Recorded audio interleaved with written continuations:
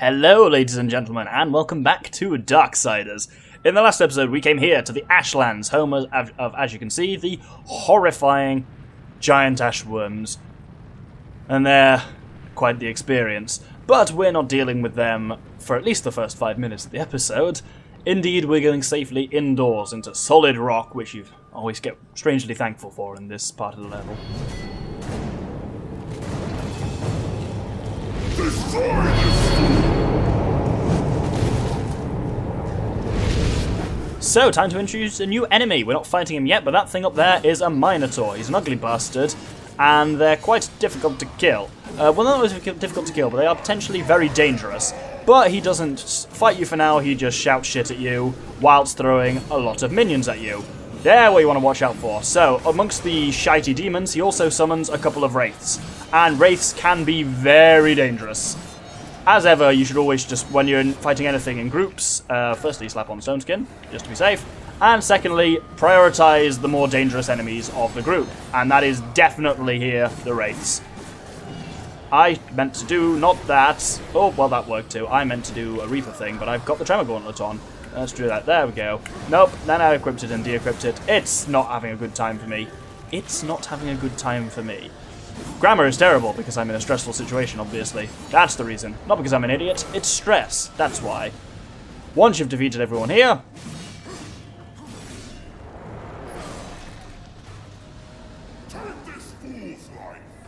then the man himself comes around and fights you. Wow. Oh, wait. Boy, they're going to show him descending all the way. That's cool. Oh, there's another 2 wraiths. Great. I'm going to put Stone Skin back on. So, I'm going to fight other people for now. He fights basically like one of those crystal giants, but more dangerous. So he's quite maneuverable and quite dangerous, but also quite big and bulky, and therefore easy to dodge. So you can see his moves coming, and you just need to kind of get out of the way. Quite quickly, you get a chance to kill him with a finishing move. And that's Minotaurs. They're basically... He didn't really do much of an attack there. They die quite quickly, but they can output a fucking crap ton of damage before they die, and so you just have to be aware of them there. Ah, dickhead. Well, I used my life essence up by accident. I was trying to use Blade Geyser. Whoops. It's been a while since I've had to use Blade Geyser or a life essence, and I kind of forgot what I got mapped on which button. Because we are actually coming up to the first part of the game where life essence might become useful, because... certainly the first part of the game where you might seriously risk dying at. I've got another life essence though, haven't I? Yes, I have. Let's map that one. Oh, a greater life essence. I think the last one was a lesser. But we've got an empty vessel, so that's worth knowing for when I next come across Old Vulgrim, who's got something new for me. Oh, God, we're coming up to... Why have I got the Earth Caller on? Fuck that. Well, I might as well heal here. Every little helps, you know. It's always tempting to see a green chest and be like, I don't need healing, I'll leave that till later, but... you're never really going to come... There's not a lot of backtracking in these games. The chances of you both backtracking past an area and being injured while doing so are low, so you may as well grab them when you get them. But what I was going at is, we're approaching a particularly horrifying part of this dungeon. I hate this bit. It hurts my heart. Well, it's not quite yet. We've got a few bastards to kill first, and I'm going to kill them in hilarious fashion.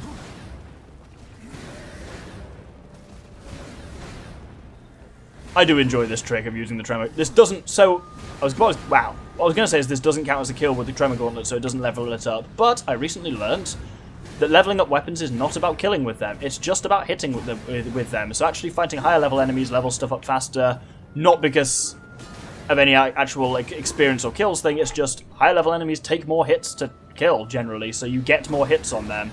So if we look at actual levels, yeah, even getting the Tremor Gauntlet to level 1 is... basically unlikely to ever actually happen. It's just not a particularly practical combat weapon. Some of these guys aren't in the best position to catapult off the end, but my god, am I going to try. Because it's hilarious, and I like to feed the ashworms, you know? My logic is if they're fed up on demons, they'll be too full to eat me. Oh, this guy's gone the wrong direction, so let's just kill him the old-fashioned way. Wonderful! And now we can proceed further into the cave system.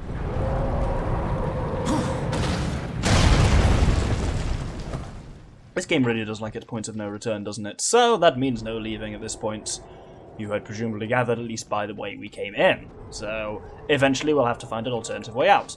A few locusts here, let's just quickly... Ooh, that was cool. They do a kind of weird chain lightning attack where the more of them there are, the more powerful it is, so watch out for that with them. Oh good, we can target something. So, this is one of the Ashworms that the demons have imprisoned.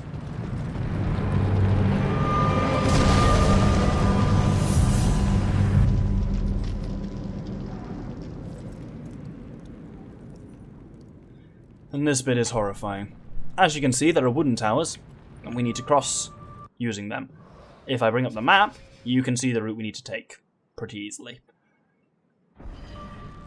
The only trick here is wait until the worm is as far away from you as possible, then jump, hover, and he's not in the right position. He's not as far away as he could be.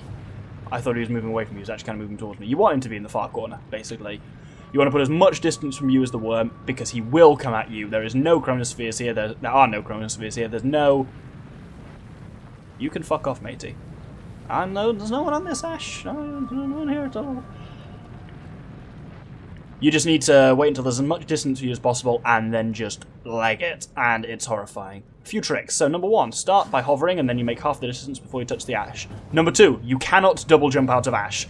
So don't try and time it so you can double jump to the platform, because you can only jump once out of Ash and you will slow yourself down by doing a single jump. And it's horrifying. This section just really gets my kind of sense going. Whenever you've landed on the Ash, the worm will come and check out your location pretty much without fail, unless it was really far away or you were really quick. So wait for it to come near, and then wait for it to fuck off again. Once there's a good bit of distance, once again, make your run for it. This one's a bit of a horrifying one because it's quite a fair bit of distance. Don't look at the worm. Even when it's making really scary sounds, don't do it. Don't spin the camera around. Focus entirely on your goal. It sounds really morbid, but basically, you gotta take a fatalist approach. The worm is either going to get you or it's not. Looking at it and knowing whether it's going to get you does not help you escape the worm. And that's just a horrifying fact of this. The more you get towards the middle here, the more dangerous it is, because you got a smaller maximum distance the worm can get from you. It's like here, that's probably the best we're going to get there, and that's not great. That's not great at all. Nope, no, no, no! It's not a very good position to be in here. Oh, I hate this. I hate this bit so much. I don't. I enjoyed it. It's good gameplay, but it is fucking horrifying. It's well done, which is horrifying. Alright. That far corner is really... Oh, God, this big bastard, isn't he? Yeah, that far corner is the best chance I'm going to get on it, but I kind of got to wait until he's going away from me, because he's got a turning circle. Like, it takes him a certain amount of time to spin around, so got to kind of bank on that. There is pretty good. He's going to turn around and come straight at me. Oh, God. Oh, no. Oh, no. Oh, no. Oh, this is horrible. I don't like it. Ah. Oh, wow. Look at that. We're halfway. Oh, good. Alright. Halfway, as I say, is the worst, because there's far less space for happy times. That's good. That's as good as I'm going to get. That was a bad thing. I flew completely wrong. Oh, he's going to get me. He's going to get me. I just made it. I want to know how close he was there. He's already retreating, which means he was real close.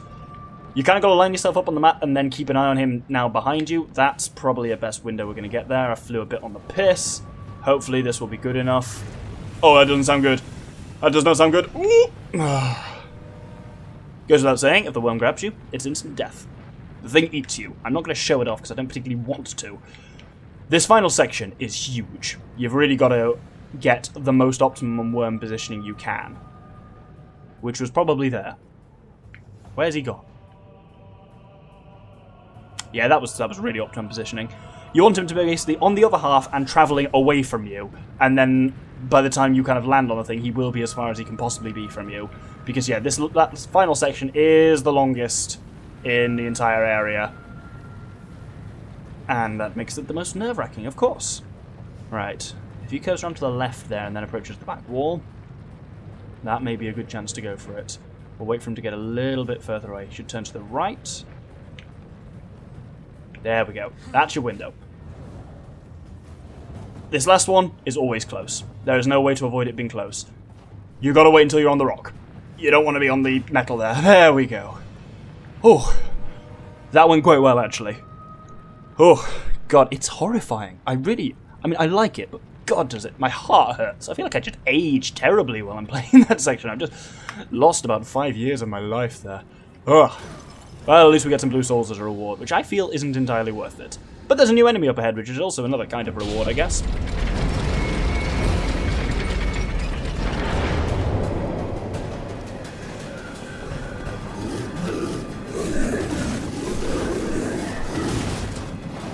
These, it should be said, aren't a new enemy, and you should have been able to realise that. But the new enemy is coming around the corner. These are basically will just give you a nice chance to charge up a bit of Chaos Form or Wrath or anything if you need it. Oh, there's more of them. Wow. Yeah, you will be facing a lot of enemies in this section, so it's a great chance to get some levels for Chaos Eater, because you will, as you can see, from watching my combo. There we go.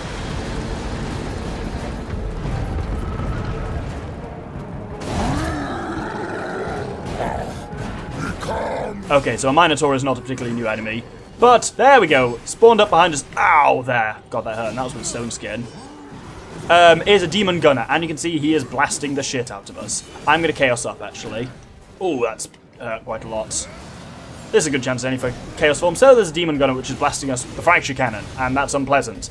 Let's go take him down while our Chaos Form is still going. That was nice and easy.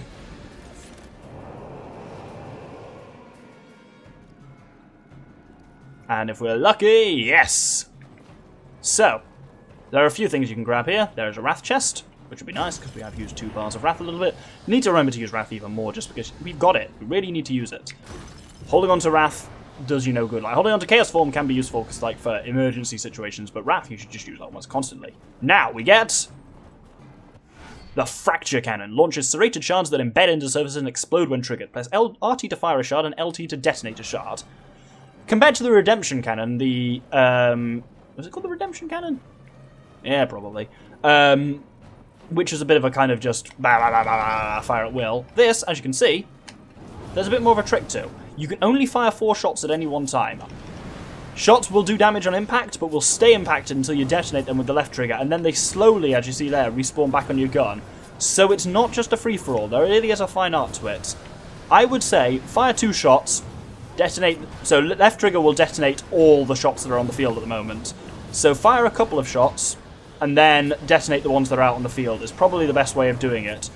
Because if you fire all of them, then the risk is you just are left there's a bit too much of a chance of being left quite dangerously unarmed. Oh, there's another one over there. And so for this entire section now, we have the Fracture Cannon. You can, of course, at any point, and it's wise to do it at certain points, you can press B to drop the Fracture Cannon and just fight on foot. Many parts here are made much easier by the Fracture Cannon. For example, Minotaur. You can stop them in their tracks pretty easily using the Fracture Cannon. They are also an example, Minotaurs, of where you want to fire a couple of shots and blow them up rather than waiting to fire all 4 into them, because so when you explode the shot, it staggers the enemy. So you kind of go fire, fire, blow up, fire, fire, blow up, fire, fire, blow up. You can see the shots respawning on the side. So pressing R twice and L gives you a fairly consistent stream of shots. And consistency is often more powerful, or more important than just going for like absolute maximum possible outputs. I'm actually going to drop the cannon for a bit and go onto manual mode, because I want to actually charge up my chaos meter. Because that will be useful.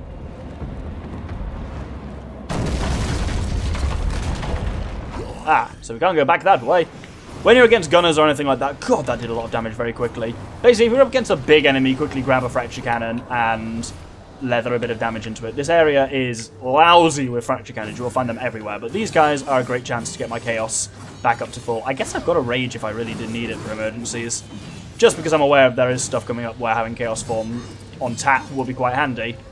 Here, what we just need to do is kill some enemies. I believe there are... Oh, more of them are just flying in. That's fine. There's no gunners. Just keep an eye out for gunners and be prepared to fracture them as soon as they appear. But in the meantime... Oh, you know what we've not done in a while? In some ways, that's even more fun than doing the Tremor Gauntlet. The Tremor Gauntlet is a very satisfying whack in the face and knock them off a cliff. But it's even more satisfying to just go pwarp and knock them off the edge with a hearty pwarp. Wow, that's a high combo. Jesus Christ. Well, our Chaos is charged again. In case we were there's any risk of that not happening, I might actually switch over to the side and use this opportunity to reap a nice few souls.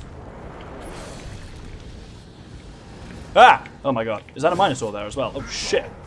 Well, let's stone skid up. Oh, ow. Right. Yeah, Minotaurs basically are the kind of... once you see them, probably drop everything to sort them out. But, as you can see, they really do not take that much to bring them down, which is very handy. Fighting a demon gunner on foot is easy enough as well. If you get too close to them, they'll do a kind of shockwave thing there. Oh no, you didn't even do it. I don't believe you can reflect their projectiles back at them. It might be possible, or maybe I've just never done it because I'm shit. Which is a risk. Anyway. Once you've killed enough people here...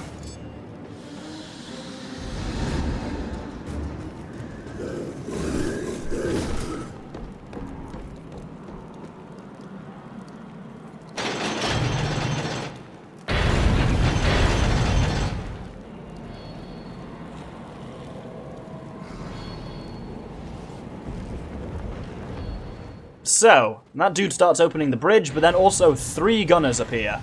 And you need to take down all of them before the bridge will open. So here you can very happily just pump 4 shots into them. Oh! Oh no, I thought there was someone spawning near me. And occasionally, demons will still slide down that thing and land next to you. But for now, focus your main efforts on the demon gunners. In terms of both dodging them and doing damage. That should be him down. No, not quite. Yes, especially when you miss like that. There we go! Well, he's got the bridge open, so I assume that means the demon gunners... I'm being shot off the screen. That doesn't seem fair. He's still going.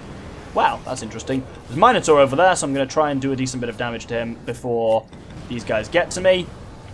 And now you just need to proceed onwards. Watch out here, because shit can sneak up behind you. Is all I will kind of say as advice. Other than that, I'm going to put the speeder on and just plug through this as much as I can. I'm going to hold on to the fracture cannon since my chaos and everything's charged, so...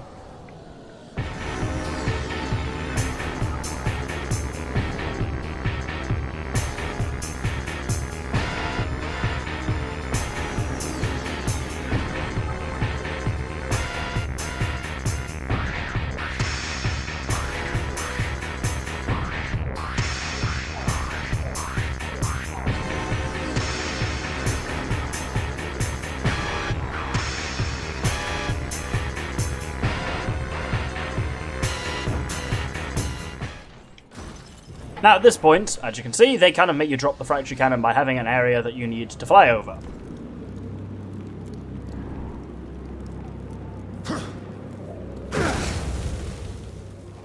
And here is our goal in the short term. Remember, the strongest are made to fight in cruel arenas, is what Samael said. Once you're prepared, head in. A feast for the world!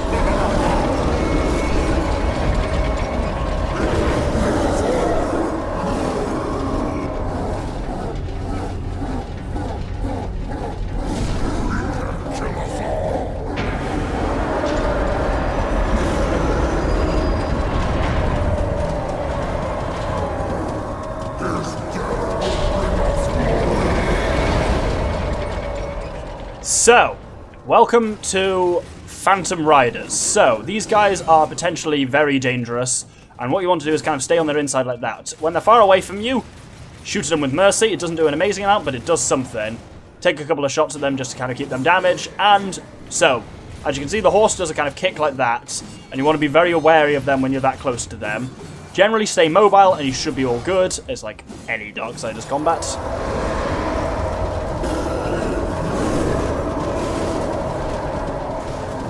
And as you can see, once you've done enough damage to it, he summons a lot more enemies to be around you. Really, I would say completely ignore them at this point. They will do almost nothing to you. Unless when they're this close, maybe. But generally, focus all your effort on the rider. And there you go. Now we can very much easily mop these demons up, and actually use them as a chance to basically heal ourselves. Well, not heal ourselves, but just get some free skulls and such. Skulls? What are they called? Souls. They also look like skulls. There's a couple of healing chests around the edge. There's one there, and there's another one over there. Keep an eye on their locations.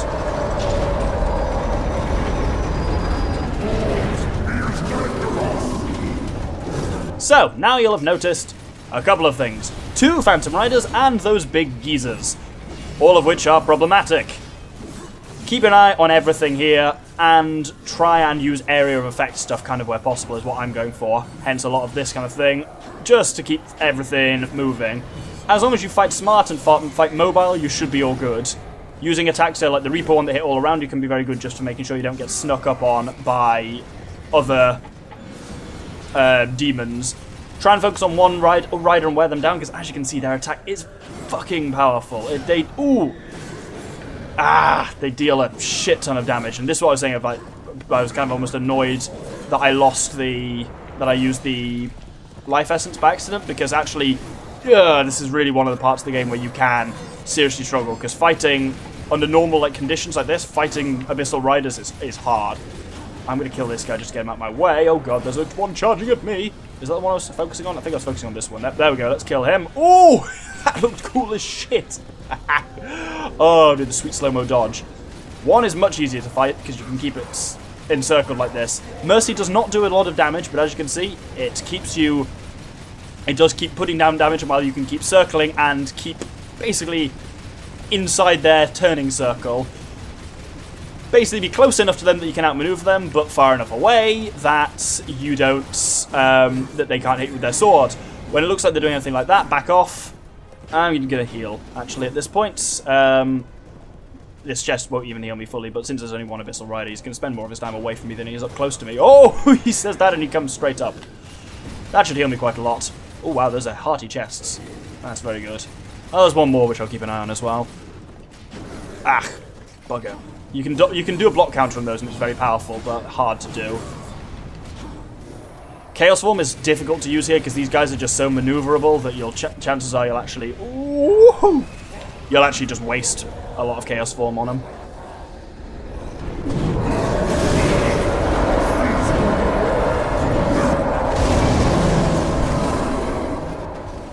Two Scythe Demons? Really? That doesn't seem fair. The Scythe Demons will largely be entertained by the other things here, but I'm going to use Chaos Form to take out one of them anyway, being as though you've got a good chance to charge Chaos Form upcoming, so it makes sense to use Chaos Form while we've got it to take out the big bastard, and then we can just charge Chaos on some of the other ones, and then hopefully take out the other Scythe Demon with that. Sounds like a plan, he says, to his own plan. So of course it sounds like a plan. It's not like anyone is going to disagree with me anyway. So I'm going to ignore the Scythe Demon for now because he's quite happily focusing on other demons, and I'm going to use said other demons to nicely charge my Chaos up a little bit before. I don't really want anyone else around for taking on a Scythe Demon, so the fewer distractions we have, the better. With everything else taken care of, going to fire up Stone Skin, and that didn't end well for me, did it? Let's just wait for him to attack. There we go. I dodge it kind of, but not particularly well. I find it unfair that the lava isn't doing anything. In fairness, I suppose he is a demon. Oh, interesting. Well, that didn't do much.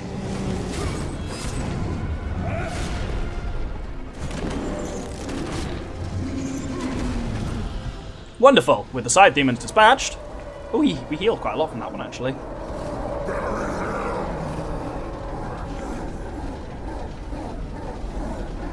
I said, with the Scythe Demons dispatched.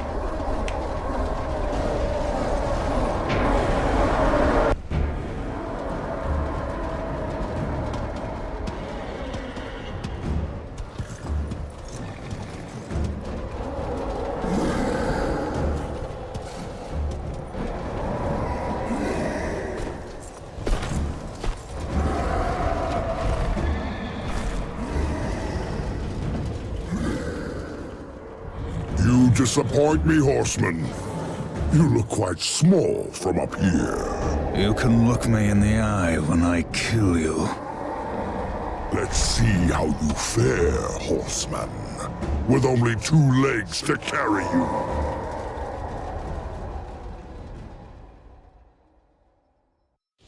Introducing the Arena Master. Always thought it weird how, yeah, he refers to war as horseman when war's on foot and he's the one on a horse. He fights like one of the Phantom of the Abyssal Riders, but on crack.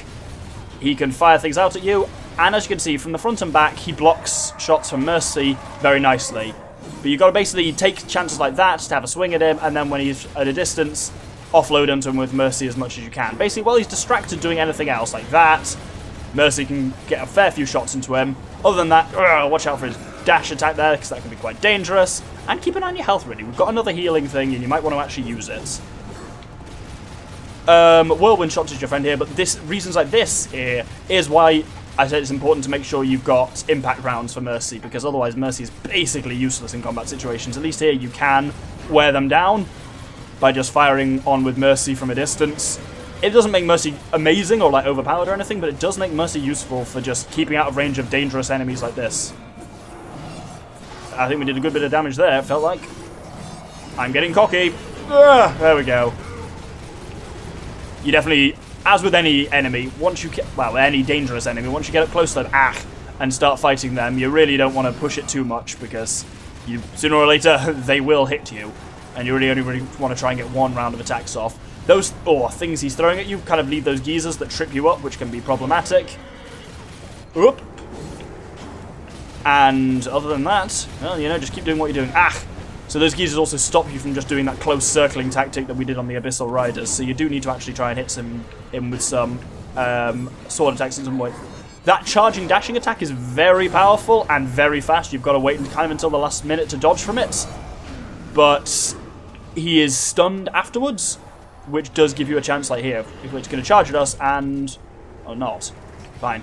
There you go. Charge at us, and then he fails to move afterwards. So that's a great chance to actually wail on him. You can get a full round of Whirlwind combo on quite nicely there. Possibly 2 rounds, as we did, which is great. Whoop. And there we go.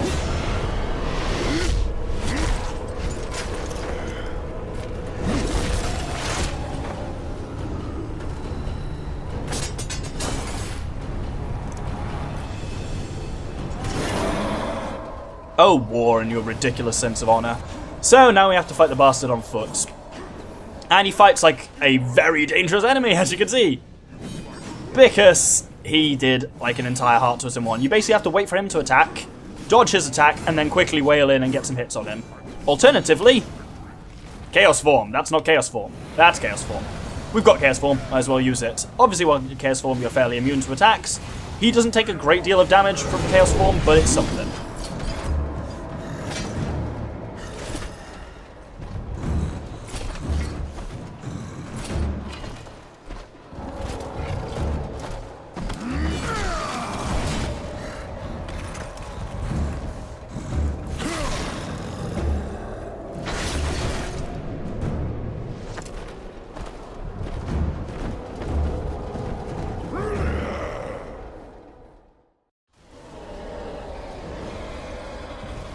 So I said he doesn't take much damage during Chaos Form, but he evidently does, because we killed him ridiculously quickly. I must say, I really do like the design on the Arena Master. He looks very cool, but he's also very dead. His horse, however, is still giving us some shit. What do you think you're doing? That thing's lost its mind. Kill it!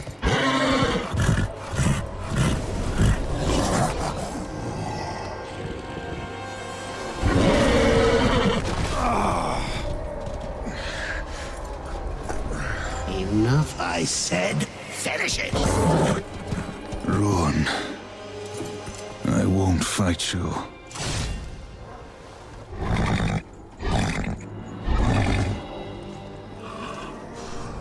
You fool! I order you to break that nag. And if I refuse, you'll kill me. I'll take my chances.